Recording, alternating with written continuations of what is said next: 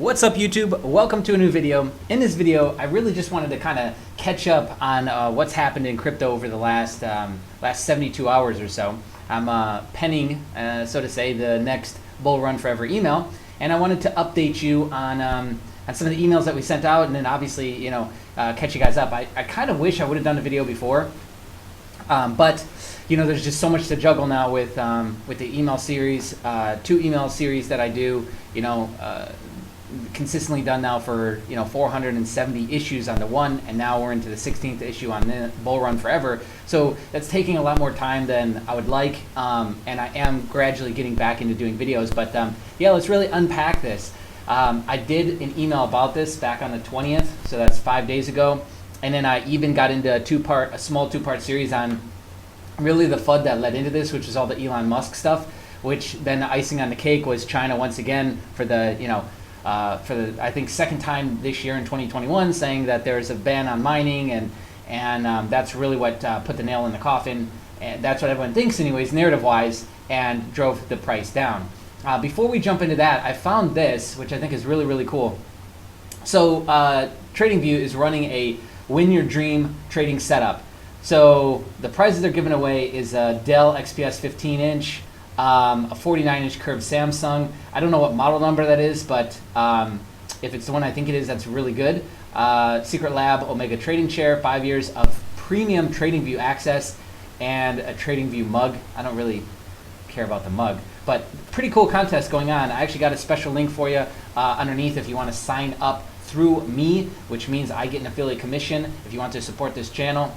I think this is cool. I don't think they've done this before, but yeah, you might as well try and find new ways to make it fun, and there's always trading contests, trading challenges going on, and so this is the latest one, so I wanted to bring you up to speed on that. All right, so where should we start? I guess we start with a lot of the Elon Musk stuff. What I found odd about this, and really what I summarized in this piece, even though it's very, very long, is that Tesla's done extremely bad in China so far. They've had a really bad showing so far. Okay, so here it is right here. Tesla opened up its second factory in Shanghai in late 2019, and they've obviously had challenges. So according to the China Passenger Car Association, they estimated that Tesla's Chinese sales were down 27% from March to just 26,000 cars. But it gets worse because that's also including exports. So cars that were made in China exported out.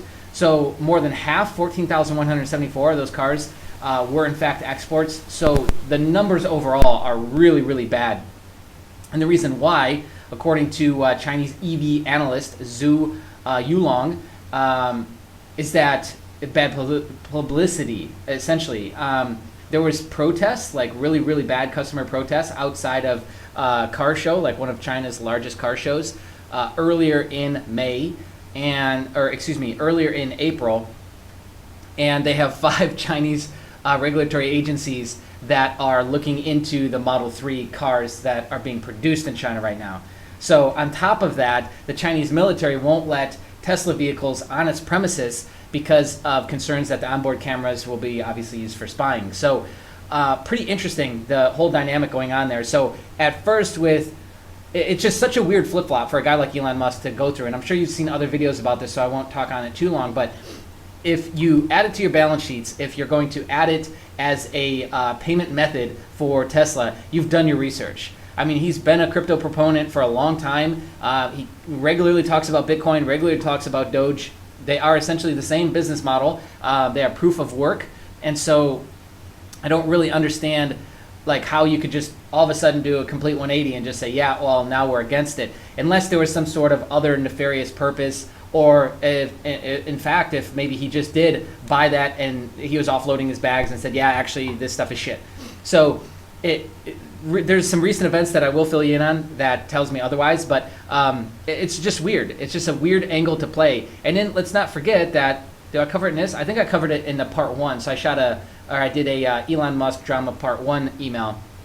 What I covered there is the fact that Tesla itself and the batteries that are required in electrical vehicles are largely created by coal, and there's a huge carbon footprint behind electrical vehicles, which nobody really wants to talk about. There's a huge carbon footprint behind solar windmills. There's no way to dispose of a solar windmill.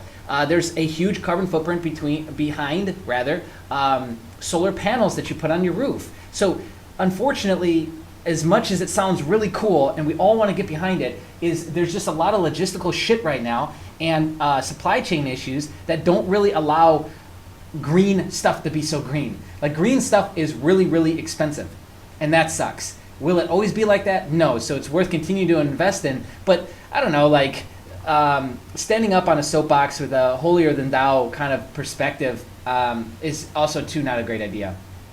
Anyway, so moving on. Actually, let me just wrap up with the Elon Musk really quick. I'm going to dig up a tweet. Hold on. Okay, so this is loading in front of you. This is where we're at currently. Spoke with North American Bitcoin miners. They are committed to publish a current and planned renewable usage and ask miners what WW to do so. I don't understand what that means. Potentially promising. So what's interesting is that there was a report done, and I think it was somewhere around 70% is actually still renewable, as ready renewable energy, and a lot of this roadmap already exists. There was a Cambridge, I believe, study done on this in late 2020. And so the person who kind of spearheaded this was Michael Saylor, which I think is a really, really good look. Again, it's kind of like solution based, right? So you got this guy who's talking shit about your product. Well, let's get him on a phone call and let's get everyone on board to talk about this stuff. Now, what'd be interesting and what I think is still kind of funny is like, okay, now let's do Tesla. Now let's cover Tesla. Or how about we start talking about China? And the large amount of Bitcoin mining that is in China is still coal-based, dirty energy. China's usage of dirty energy as a collective, but Tesla's still there. Tesla went into China, so the China's dirty energy usage didn't stop Tesla from going into China because they wanted to make money. So it's like, all these guys, it sounds great and it's like score some brownie points, but at the end of the day, they're kind of doing the same shit. And so it's like, at what point we do as companies, as CEOs, have to make the decision like, longevity over profits. And that's still not the case right now. So anyways, moving on to unpacking in the last 48 hours, I really did take a step back, and I was watching everything as it was playing out, and there's so much going on. So first off, there was 775,000 traders that got liquidated over that 48-hour period, totaling roughly $8.6 billion, meaning that between long and short positions that got liquidated, mostly longs, because it did drop $30,000, in that span, it was, I think, like 15 or 20,000. But even at a 5x leverage, a 2x leverage, you're wiped out. Okay, so a lot of traders were lost on that day, which is sad, right? And that's not even including Binance's liquidation data because they don't publish it. Binance does not publish their liquidation data anymore, which I think is so fucked up because they already know. They got degenerates on their platform, and that, and I don't think they want people to know how much Binance actually cleans up when traders get liquidated. It is in their best interest to allow traders to get liquidated.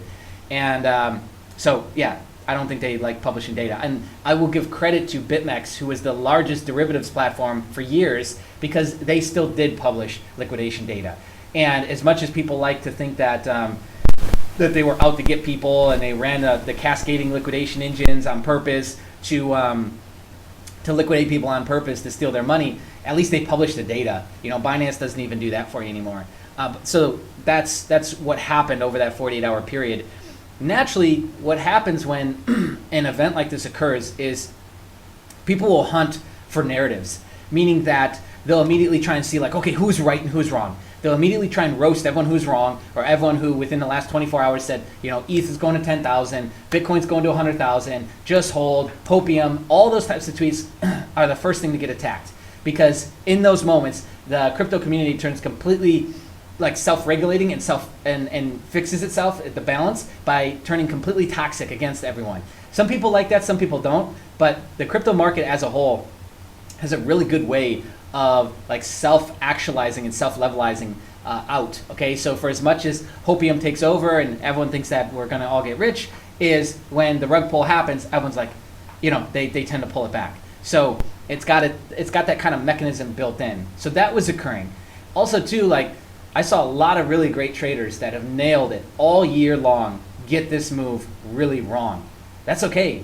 Like that shit happens, Not everyone's perfect. Not everyone's going to nail it with 100% accuracy.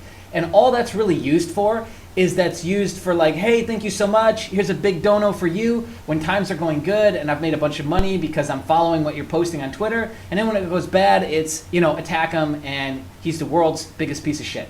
And that doesn't really make sense. It just kind of fits the narrative of the retail trader or the lazy ass who's following their Twitter expecting to get rich off of what they're posting.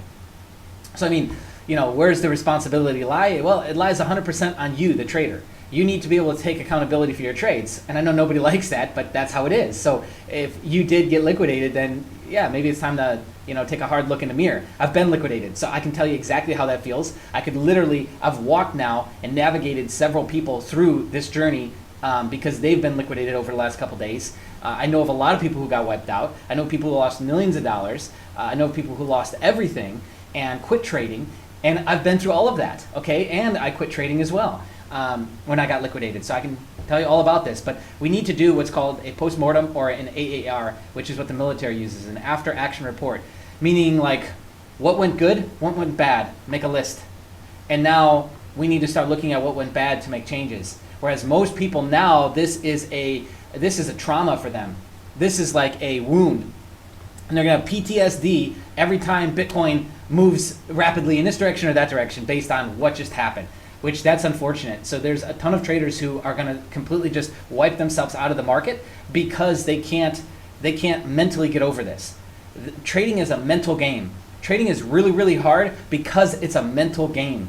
The decisions themselves and buying and selling, that's some of the easiest shit. Clicking the buttons are easy, but having the commitment, having the resolve and the ability to be able to hold positions while they go underwater, while everyone's against you, while it's against sentiment. That's what creates real traders and separates real traders from the little boys in the retail club. So anyways, let's cover quickly some of the issues that happen at an exchange level, because I was watching that too as it was happening. Obviously I was trying to cover my own positions, get out of some longs. I did take losses, which I talk about in this email as well. And so I was in the trenches, as well as everybody else. And the first thing to go down with sites is the front end site. So you're always going to be best off using API access, especially when things like this are happening. So you have to be familiar enough with an API tool to where, like, when stuff like this is happening quick and it's time to close positions really, really quickly or mitigate risk and sell off positions, you have to be proficient with a tool. A tool that I use and have been using for a while now is Quant Tower. It's great. It just taps into API, has a nice interface in it, so it's not, I'm not using like command line or anything like that. I know that ItchyBot and others use command line. I'm not that great at Windows command, otherwise I would be using that because that allows you to like layer in bids. But one of the big things that I had going for me, and this is a suggestion and a takeaway for you with your trading, is layer in, layer out. It's very simple. So stops are layered, buys are layered, take profits are layered. So there was some people that were complaining that their stop didn't get hit. When you have a hard stop that is your full position, especially if it's a big position, it probably will not get filled. Especially when there's rapid volatility, up or down, it probably will not get filled. And that issue happened, which then the people couldn't log in, the traders couldn't log in, and then they got wiped out. So they got wiped out because a stop didn't get hit, which I don't know if exchanges cover that. I've never been in that position personally. I just usually take the losses and fucking move on. But if I lost everything because the stop didn't get hit, I'd be hitting up that help desk real quick. Layer in, layer out. So all my stops did get hit. And then there was a couple situations where stink bids were placed, like a long time ago, I guess, and I didn't have stops hit on those. I didn't like fill out the full, position data, and those went immediately underwater. And there's like this 3 to 5 minute window where Coinbase was already down, Binance was already down, Binance API was already down, and these were FTX positions. FTX front end was super fucking slow and laggy, and then all of a sudden the API went down for like 3 to 5 minutes. And so actually most of my losses were because the additional positions from the stink bids that were opened, and then I couldn't close because the orders wouldn't get closed, right? So anyways, then the API came back up. I'm just sitting there patiently waiting. How much money did I lose? Fuck, how much money did I lose? And then, I was able to close out those positions. But even lesson learned there is like, don't go opening up stink bids on perps, on perpetual contracts or future contracts if you don't have stops in place. That was like such a rookie move on my part. I have no clue when I even set those, and I lost track of them. That was it. So anyways, that's what happened on the exchange side of it. So huge lessons for a lot of traders there is, a lot of traders still don't trade with stops, which is insane to me. And there was a point when I did that as well. And guess what happened? I got liquidated too. And once you get liquidated and you've been up and up and up and up, and you've made all this money and all this progress and all this profits, all this confidence, all this fucking winning, and then it just for it to be rug pulled from you, oh my God, dude, it crushes you. It absolutely kills you inside. And I know because I've done it. So yeah, man, it's so important to fucking use stops and layer in and layer out. So all your bids won't get hit on a layering in to entry, but on the way out, the profit and the stops is where things really start to get good for you, and you're able to actually profit, right, and protect your downside. And then the second thing I'd say there, and a caveat to that, is also to move up your stops. Like let's say I enter in at $1 and we're up to $100, move up the stops to at least 50. Move up the stops to the last place where there was consolidation, where the last place it wicked down to. On a bigger time frame, like a 4-hour chart, let's say it wicked down. The biggest wick we've got is down to like 80. Put it right below that wick. So that way, again, we're securing profits in that position. Worst case, bring it up to break even so that you're not at a loss, depending on the size of the position. Because if you fat fingered or you got yourself into a position where leverage is a little bit too high and you don't like it, it's making you uncomfortable, you're babysitting the trade, then fucking move up the stops to break even. Simple shit, dude. All right, so let's wrap up here. The two narratives that really popped out of everything, I was following all the noise, was the Wyckoff distribution that I can't remember the guy's YouTube, and I can't find the shit now, but shout out to him. Guy was like a really non-trader kind of guy, really easy and gentle to listen to, not like me, I talk really fast, but he laid this out, and it kind of did follow Wyckoff distribution, but it was kind of broken in a few places, like you see here. This wasn't perfect part of the move, but we did get then the cascade down. So I mean, it was very, very close to a distribution, and it doesn't have to follow it perfectly. And so, excuse me. So that happened, and then what it looks like now is that we're going through an accumulation phase. Is what it looks like from a Wyckoff schematic perspective. But that was a huge narrative floating around. The guy went viral. His videos got hundreds of thousands of views. I think he's at like 30 or 40,000 followers from like 1,800 followers on YouTube now. So congrats and kudos to him for finding this, pointing it out, and this obviously the word got out, because again, everyone's looking for like who is right and who is wrong, and explaining what just happened. So the hunt gets real, man. And so, all right, what was my takeaways here? Yeah, institutions are already here. Get used to it. This is the bullshit that they play. This is the shit they play in traditional markets. If you only pay attention to crypto and have no experience in traditional markets and how they move, probably should. The elite, the composite man, always wins. And they will always take their pound of flesh, regardless of you, and with zero regard to you and your bank account. Just got to get used to that. That is part of the game. Coincidentally, and this was on like within the first 24 and 48 hours, I saw similar things happening. I think in the first 24 hours, it was like 12,000 Bitcoin moved off. So outflow moved off exchanges, meaning that the banks just bought your blood. And day two, within the 48 hours, there's another 16,000 that was moved off. So it already happened. They bought the blood. They bought you selling. All right? So you just gave up your position to a fucking dirty bank that doesn't give a fuck about you, which sucks. And then the second narrative that was really floating around was the 4chan posts with the Chinese hedge fund insider here talking about all this shit, and talking about within, I think it was 12 hours of it actually happening, he posted that this was about to go down. They're trying to flush out this big player. They all took profit at the top at 65, and they're all short, and they're gonna butt fuck this thing into the ground. And then he updated a few times, stating that they were gonna run it again, until 25K, and they were gonna start at 7 a.m. UTC time. That didn't actually happen, and then they loaded up longs, and apparently they're all long. If you want to follow this narrative and subscribe to this and make your trades based off of this, probably a really bad idea, but you could if you wanted to. All right, so then wrap up. And this is like the type of email you can expect on a regular basis from me on Bull Run Forever, and it currently is still free. And we're going into the 16th issue. These are like issues, man. This is like a real in-depth email, right? Very, very long email. So putting it all together, I basically just stated like, look, it was, in hindsight, it's fairly obvious that was a micro top or a pico top. And the reason why is because everyone was getting rich off Doge, and then that money instead of going into like DeFi projects and into like, oh, let's hold more Bitcoin, hold more ETH, you know, more of these like legit projects, it went the other way. And people were pumping money into Samo coin and Shiba coin and AS and Elon coin, Tusk coin, fill in the blank. There was like thousands of these that launched on the Binance Smart Chain network within like a week. And that's where people were dumping their winnings, so to say, because they were straight up gambling from Doge. So they were pumping it into dumber and dumber shit. So instead of like the bell curve going up with IQ, it went completely down and completely fell apart. And yeah, I mean, if you just look at the total trend we've seen now for months and months and months, the Paul brothers, who are some of the biggest YouTubers, consistently talking about crypto. Mr. Beast talks about crypto. KSI is always tweeting about crypto. Made sense, didn't it? And personally, I think like the actual like macro top is going to be way louder, and that's what I've got my eye on. So what I talk about is like it's going to be 100x louder than the 2017 top.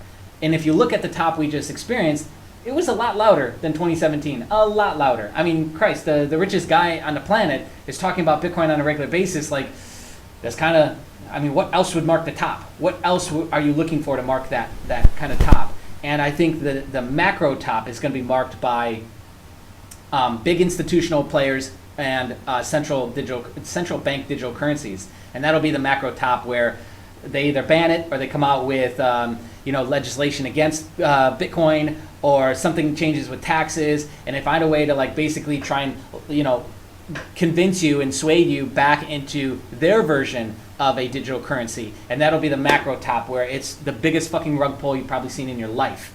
That's what I think is going to happen there. Searches are up.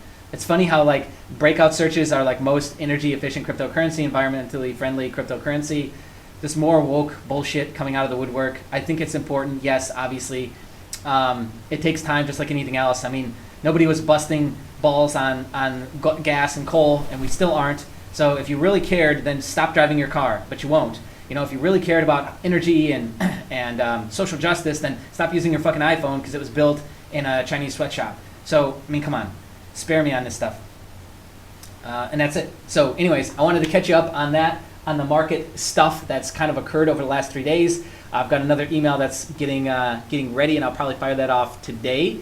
And yeah, I'd also tell you to subscribe, because we're regularly doing Prime XBT giveaways of between $100 and $250 on a weekly basis, just to comment, like, share, do really simple stuff to encourage you to get in the game and start trading on this platform, because I think it's a really, really good platform, and it gives you a large amount of options within that trading platform. So anyways, that's the info on that. There'll be some links underneath this video. If you do start using Prime XBT, use the code EMPIRE50 and you'll get a 50% deposit bonus on your very first deposit. So click that link, sign up for a brand new account, use EMPIRE50, and you'll get a 50% bonus on that first deposit. All right, that's all I got for you. Comment below, like, dislike, share, subscribe. Be on the lookout. More videos coming soon. See ya.